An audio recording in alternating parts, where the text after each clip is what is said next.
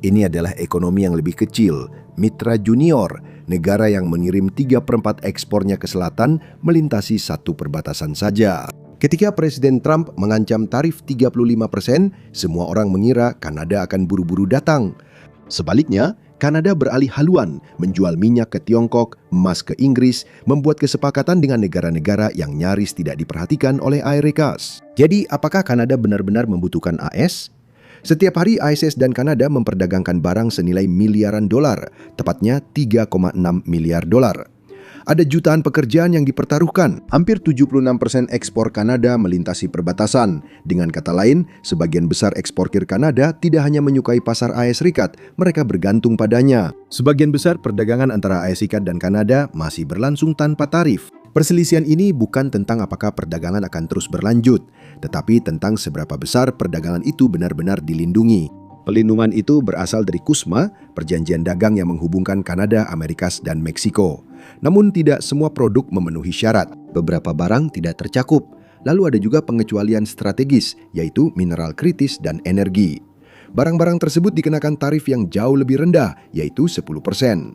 Kenapa begitu? Karena ketika berbicara tentang sumber daya yang menggerakkan industri Amerika, AS mungkin lebih membutuhkan Kanada daripada yang mereka akui. Namun saat bayang-bayang tarif mulai muncul, Kanada tidak tinggal diam. Kanada bergerak cepat untuk mendiversifikasi perdagangannya. Pada akhir tahun 2024, hampir 76% ekspor Kanada menuju ke AS. Pada Januari 2026, angka itu turun menjadi di bawah 68%. Jadi, kemana semua perdagangan itu pergi? Dan mengapa hal itu penting? Ekspor ke negara-negara selain Amerika Serikat melonjak 15,6%, rekor tertinggi. Kanada pada dasarnya mengatakan kepada ISS, terima kasih, tapi sekarang kami punya teman lain. Ini bukan hanya soal tarif perdagangan, ada hal lain yang terlalu berharga bagi ISS untuk hilang. Minyak Kanada. Kanada adalah salah satu negara dengan cadangan minyak mentah terbukti terbesar di dunia, hampir 10% dari seluruh pasokan dunia. Satu-satunya negara yang memiliki cadangan lebih besar adalah Venezuela dan Arab Saudi. Memang Amerika Serikat punya cadangan sendiri, tapi jumlahnya sangat kecil dibandingkan dengan Kanada. Dan dengan populasi lebih dari 8 kali lipat lebih besar, permintaan jauh melebihi pasokan domestik. Tapi ada masalah yang lebih besar. Kilang minyak ES tidak dirancang untuk minyak mentah Amerika. Tidak semua minyak itu sama. Dan sebagian besar minyak yang diproduksi AS Serikat tidak bisa diproses sesuai dengan desain kilangnya. Pada tahun 1970-an, pasokan minyak mentah ringan semakin sulit ditemukan secara global. Jadi kilang-kilang minyak AS mulai berinvestasi besar-besaran pada peralatan yang dibutuhkan untuk mengolah minyak mentah yang lebih berat dan lebih kotor. Ini bukan soal preferensi, tapi soal apa yang tersedia di pasar dunia dan apa yang bisa membuat kilang-kilang minyak Amerika Serikat tetap beroperasi pada kapasitas penuh. Lalu datanglah tahun 2005, revolusi minyak serpih. Teknologi baru yang membuka akses ke minyak ringan mengubah segalanya. Tapi kilang-kilang minyak AS dibangun untuk minyak berat. Tiba-tiba, semua minyak mentah ringan baru itu tidak seberguna yang Anda bayangkan. Jadi AS membuat pilihan, mengekspor minyak ringan yang baru mulai diproduksi ke luar negeri dan tetap mengolah minyak berat, sebagian besar diimpor dari Kanada. Membangun ulang seluruh sistem kilang Amerika Serikat agar bisa mengolah minyak mentah ringan akan sangat mahal dan memakan waktu lama. Sesuatu yang tidak sanggup ditanggung Amerika Serikat jika ingin pasokan bahan bakar tetap lancar. Jika Kanada memutuskan untuk mengekspor ke tempat lain, Amerika akan dalam masalah. AS hanya punya dua pilihan, mengimpor dari produsen minyak berat besar seperti Rusia dan Venezuela yang sampai baru-baru ini tidak memungkinkan secara politik, atau membuat perusahaan minyak mengeluarkan biaya sangat besar untuk mengubah seluruh sistem kilang mereka. Bahkan jika investasi ini bisa dilakukan, masih ada masalah lain. Perusahaan penggilangan di Amerika Serikat memang tidak mau melakukannya. Seperti yang ditemukan oleh Reuters, perusahaan penggilangan di Amerika Serikat sudah menghadapi penurunan permintaan karena kendaraan listrik dan persaingan internasional. Hal terakhir yang diinginkan siapapun adalah menghabiskan miliaran dolar sebagai respons terhadap ancaman dan tindakan politik yang bisa saja berubah tahun depan. Para ahli memprediksi produksi minyak Amerika Serikat akan mendatar pada akhir tahun 2020-an. Jadi, kilang minyak tidak punya banyak insentif untuk melakukan investasi jangka panjang yang mahal seperti itu. Itulah mungkin alasannya, bahkan hingga hari ini, Kanada adalah pemasok energi asing nomor 1 ke Amerika Serikat dengan menyumbang 60% dari impor minyak Amerika Serikat setiap tahunnya. Memutus pasokan energi ini akan menjadi bencana bagi Amerika dalam jangka pendek. Ketika berbicara tentang energi, kenyataannya sudah jelas. AS jauh lebih membutuhkan Kanada daripada Kanada membutuhkan ASEC. Penduduk ASEC sangat bergantung pada Kanada untuk kebutuhan energinya. Pada Januari 2026, saat Kanada hampir mencapai kesepakatan dagang dengan Tiongkok, Presiden Trump meningkatkan tekanan dengan mengancam tarif 100% untuk impor dari Kanada. Kalaupun ada dampaknya, langkah itu justru menjadi bumerang. Hal itu hanya membuat Kanada bergerak lebih cepat untuk mengurangi ketergantungannya pada AS. Tentu saja, ada kesulitan praktis untuk melakukan hal ini. Membuka pasar ekspor baru tidak bisa terjadi dalam semalam. Mengirim barang ke seluruh dunia tidak sama seperti mengirimkannya ke tetangga sebelah. Prosesnya lebih lambat, lebih mahal, dan jauh lebih banyak dokumen yang harus diurus. Tapi, apa yang dipertaruhkan oleh Amerika Serikat? Kanada adalah produsen gas alam terbesar kelima dan eksportir terbesar keempat. Itu berarti begitu Kanada mengalihkan ekspor tersebut, AS Serikat akan merasakan dampaknya dalam hitungan minggu. Kanada memiliki pengaruh atas pasar energi global yang hanya bisa disaingi oleh sedikit negara. Kanada juga merupakan produsen emas terbesar keempat yang menempatkannya untuk meraup keuntungan besar saat harga mencapai rekor tertinggi. Pada Januari 2026, harga emas melonjak dengan para analis memperkirakan nilainya akan melewati $3.000 per ons pada akhir tahun. Memang, Amerika Serikat mungkin berada di posisi kelima, tetapi setiap negara yang sudah muak dengan perang dagang Amerika tahu persis kemana harus beralih. Bahkan, setelah tarif Amerika Serikat diberlakukan, ekspor Kanada naik sebesar 2,1%, sebagian besar karena permintaan emas, perak, dan platinum. Tapi bukan hanya emas saja, Kanada sedang duduk di atas harta karun. Potas untuk pertanian, uranium untuk energi, platinum untuk industri, nikel, kobalt, litium. Pada dasarnya, semua yang dibutuhkan ponsel, laptop, dan mobil listrik Anda. Setiap negara yang ingin tetap kompetitif sedang melirik Kanada saat ini. Amerika Serikat bertindak seolah-olah ekonominya bisa menghadapi apa saja. Tapi banyak negara bagian tidak akan berkembang tanpa perdagangan dengan Kanada. Sebanyak 34 negara bagian Amerika Serikat bergantung pada Kanada sebagai pasar ekspor utama mereka, terutama yang berfokus pada pertanian. Kanada dan Meksiko menyumbang 40% dari pasar ekspor produk susu saja. Pada awal tahun 2025, impor Kanada dari Amerika Serikat mengalami penurunan, turun hampir $3 miliar. Industri yang paling terdampak adalah otomotif, baja dan aluminium, elektronik, dan bahkan produk pertanian. Petani Amerika Serikat tidak senang, tapi petani Kanada mungkin senang. Ingat kesepakatan dagang Kanada-Tiongkok? Nah, kedua negara itu mencapai kesepakatan. Tiongkok menurunkan tarif pada produk pertanian Kanada, termasuk biji kanola, dari sekitar 85% menjadi 15%. Sebagai imbalannya, Kanada akan membuka pasarnya untuk kendaraan listrik Tiongkok dan kedua negara akan bekerja sama serta berinvestasi bersama dalam teknologi baru dan energi hijau. Perdana Menteri Kanada Mark Carney memperkirakan bahwa penurunan tarif ini akan meningkatkan pesanan ekspor bagi bisnis Kanada sebesar $3 miliar. Carney juga menetapkan target untuk meningkatkan ekspor Kanada ke Tiongkok sebesar 50% pada tahun 2030. Namun semua ini bahkan belum menyentuh masalah yang jauh lebih eksistensial yang akan terjadi jika Amerika dan Kanada memutuskan hubungan, yaitu pertahanan bersama mereka. Jika kamu masih di sini, berarti aku melakukan sesuatu dengan benar. Jadi pastikan untuk tekan like dan subscribe agar kamu bisa melihat bagaimana dunia sebenarnya bekerja. Kanada dan AS Serikat berbagi perbatasan non-militer terbesar di dunia, lebih dari 5.500 mil. Hal ini sebelumnya tidak pernah menjadi masalah. Hubungan dekat antara Amerika dan Kanada berarti tidak ada yang khawatir tentang pagar atau patroli perbatasan di sepanjang danau-danau besar. Menurut survei terbaru yang dilakukan oleh Ledger, hampir sepertiga warga Kanada percaya bahwa Amerika akan mencoba menginvasi Kanada. Tiba-tiba, perbatasan yang tidak dijaga itu mulai terlihat agak mengkhawatirkan. Menempatkan patroli di hamparan hutan lebat bermil-mil dan danau yang seolah tak berujung, itu tidak akan mudah. Tapi apakah Kanada akan terisolasi tanpa perlindungan Amerika Serikat? Tidak juga. Kanada tidak sendirian. Kanada adalah bagian dari NATO. Setiap konflik tidak hanya akan bersifat bilateral, tapi juga akan berdampak keluar. Ada 32 negara di NATO termasuk Amerika Serikat. Tapi Amerika Serikat menyumbang sekitar 2/3 dari total pengeluaran pertahanan aliansi. Anggaran militernya jauh lebih besar dibandingkan negara lain.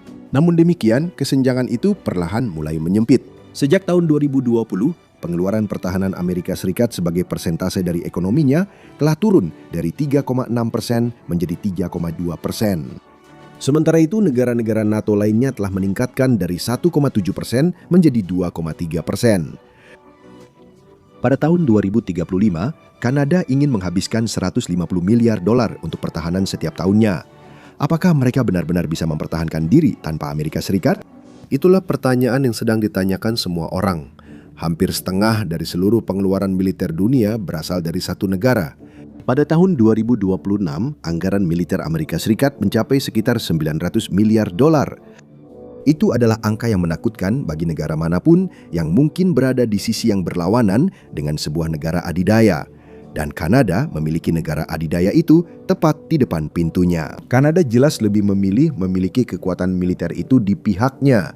Tetapi sulit membayangkan masyarakat Amerika mendukung perang melawan tetangga utara mereka sendiri dalam waktu dekat. Sebuah survei perusahaan riset menemukan bahwa 66% orang Amerika lebih memilih Kanada tetap merdeka. Untuk saat ini, kedua belah pihak tidak ingin tahu apa yang terjadi jika pihak lain berhenti mengangkat telepon. Perang dagang, sengketa energi, unjuk kekuatan militer, semuanya penting, tapi itu hanya permukaannya saja. Ada satu faktor yang menempatkan Amerika Serikat pada posisi yang tidak bisa diabaikan. Satu hal yang membuat Kanada menjadi sangat penting dengan cara yang tidak pernah dipikirkan orang. NORAD.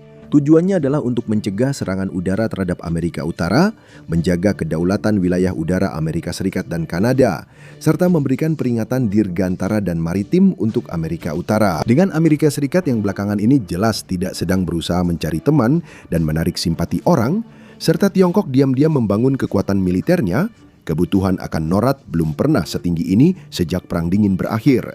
Dan di mana kebutuhan itu paling besar? Di Arktik Kanada. Menjadi bagian dari NORAD juga sangat membantu Kanada. Baik Presiden Amerika Serikat maupun Perdana Menteri Kanada dianggap sebagai pemimpinnya. Keduanya dapat mengeluarkan perintah dan hal ini memperkuat keamanan kedua negara. Seperti yang dikatakan analis pertahanan Andrea Sharon, fakta bahwa NORAD ada merupakan daya tangkal terhadap pihak lawan. Menariknya, NORAD adalah salah satu dari sedikit aliansi internasional yang tidak diancam oleh pemerintahan baru Amerika Serikat. Bahkan satu pernyataan yang mengaitkan pembelian F-35 Kanada dengan NORAD saja sudah menimbulkan kehebohan. Ketika Duta Besar Amerika Serikat Peter Hoekstra memberi isyarat tentang hal itu, Departemen Luar Negeri dengan cepat menarik kembali pernyataannya, menegaskan bahwa keberadaan NORAD tidak pernah dipertanyakan. Pesannya jelas. Tidak peduli ada perselisihan dagang atau ketegangan politik, beberapa kemitraan tetap tidak bisa diganggu-gugat. Begitulah pentingnya NORAD bagi Amerika Serikat. Dan itulah alasan mereka mungkin tidak ingin terlalu menekan Kanada. Tapi kenapa Kutub Utara begitu diincar semua orang? Mineral, jalur pelayaran, akses militer, semuanya bertemu di sini.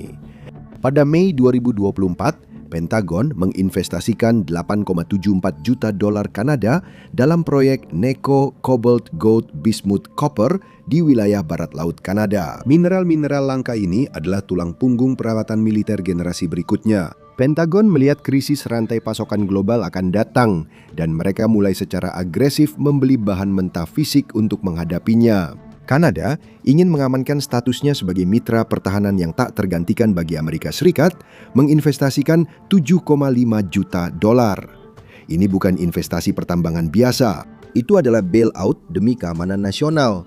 Tapi ini bukan hanya soal sumber daya, ini juga soal geografi. Rusia dan Tiongkok sama-sama mulai mengalihkan perhatian mereka ke utara. Es Arktik mencair dengan cepat di beberapa wilayah Kanada hingga 4 kali lebih cepat dari rata-rata global. Saat es menyusut, jalur pelayaran baru terbuka, sumber daya yang belum dimanfaatkan menjadi dapat diakses. Dan tiba-tiba, bagian paling utara dunia tidak lagi terlihat begitu terpencil, sekarang terlihat strategis. Rusia tidak tinggal diam, mereka telah memperluas pangkalan militer dan proyek sumber daya di seluruh Arktik. Mereka sudah menguasai sekitar setengah dari wilayah daratan dan maritim di utara lingkaran Arktik dan mendominasi sebagian besar aktivitas ekonomi di kawasan itu. Tiongkok mengamati dengan seksama. Mereka telah memetakan wilayah Arktik Kanada dan secara terbuka menyatakan ambisinya untuk suatu hari nanti mengirim kapal kargo melalui jalur barat laut. Dan itu mungkin tak akan lama lagi hanya menjadi fiksi ilmiah. Para ahli memprediksi jalur-jalur utama Arktik bisa bebas es selama bulan-bulan musim panas paling cepat pada tahun 2030-an. Pemerintahan Amerika Serikat saat ini telah berulang kali menyatakan ketertarikannya untuk mengamankan Greenland dengan mengklaim bahwa itu diperlukan demi kepentingan keamanan mereka. Jika Kanada memutuskan untuk keluar dari aliansi mereka, Amerika Serikat akan kehilangan akses ke sebagian besar wilayah Arktik. Namun jika Amerika Serikat memutuskan untuk mengurangi komitmennya untuk membela Kanada, mereka juga tidak dapat membantu melindungi wilayah Arktik yang sekarang mereka anggap sangat penting untuk kepentingan masa depan Amerika Serikat. Perdana Menteri Kanada Mark Carney tahu betapa pentingnya wilayah paling utara bagi Kanada dan dunia. Dia telah meluncurkan rencana yang belum pernah terjadi sebelumnya untuk membangun tambang, pelabuhan, jalan raya, dan infrastruktur militer di seluruh wilayah barat laut. Dan ketika saya bilang penduduknya sangat sedikit, saya benar-benar serius. Wilayah barat laut luasnya kira-kira sebesar gabungan California dan Texas, namun hanya sekitar 42.000 orang yang tinggal di sana. Mengamankan wilayah seluas itu bukanlah hal yang mudah. Disitulah rencana Carney berperan. Rangkaian tambang, pelabuhan, jalan raya, dan instalasi militer yang membentang di seluruh wilayah utara Kanada. Ini akan menghubungkan komunitas terpencil, meningkatkan pembangunan ekonomi, dan memperkuat kehadiran militer di wilayah tersebut. Rencana ini juga mencakup Nunavut dan Yukon. Pada bulan November 2025, pemerintah Kanada mengumumkan anggaran yang mencakup $1 miliar Kanada yang akan digunakan selama 4 tahun ke depan hanya untuk proyek transportasi besar di wilayah utara. Untuk pertama kalinya, para politisi daerah di utara melihat bahwa pemerintah federal memperhatikan mereka. Keinginan politik tampaknya akhirnya muncul dan sebagian besar didorong oleh tekanan dari wilayah selatan. Ancaman dan ketegangan perdagangan dari Amerika Serikat telah mendorong Kanada untuk mempercepat rencananya mengurangi ketergantungan pada tetangganya itu. Ini bukan soal Kanada versus Amerika Serikat, melainkan tentang bagaimana negara-negara modern keliru menganggap kenyamanan sebagai ketergantungan. Kanada dan Amerika Serikat memutuskan hubungan, atau lebih realistisnya, hubungan persahabatan mereka mendingin akan menyebabkan masalah besar secara finansial dan geopolitik bagi keduanya. Namun hal itu masih bisa diatasi. Bayangkan, Amerika Serikat harus membeli minyak darurat dari ladang minyak Venezuela yang sudah menipis hanya untuk menjaga listrik tetap menyala. Sementara pasokan Kanada dialihkan ke Beijing, bukan ke Kansas. Kanada membutuhkan pasar Amerika Serikat membutuhkan minyak Kanada, dan keduanya membutuhkan agar wilayah Arktik tidak jatuh ke tangan yang salah. Itu sebenarnya bukan hubungan dagang. Itu adalah ketergantungan bersama yang tidak bisa diakui secara terbuka oleh kedua belah pihak. Jika tetap berteman mulai terasa terlalu mahal, harga untuk menempuh jalannya masing-masing mungkin tiba-tiba terasa sepadan. Terima kasih sudah bergabung bersama saya hari ini. Saya harap Anda menikmati videonya. Dan jika Anda ingin melihat lebih banyak video seperti ini, silakan pertimbangkan untuk berlangganan dan aktifkan notifikasi. Itu benar-benar sangat membantu. Terima kasih sekali lagi, dan sampai jumpa lagi di Matpa.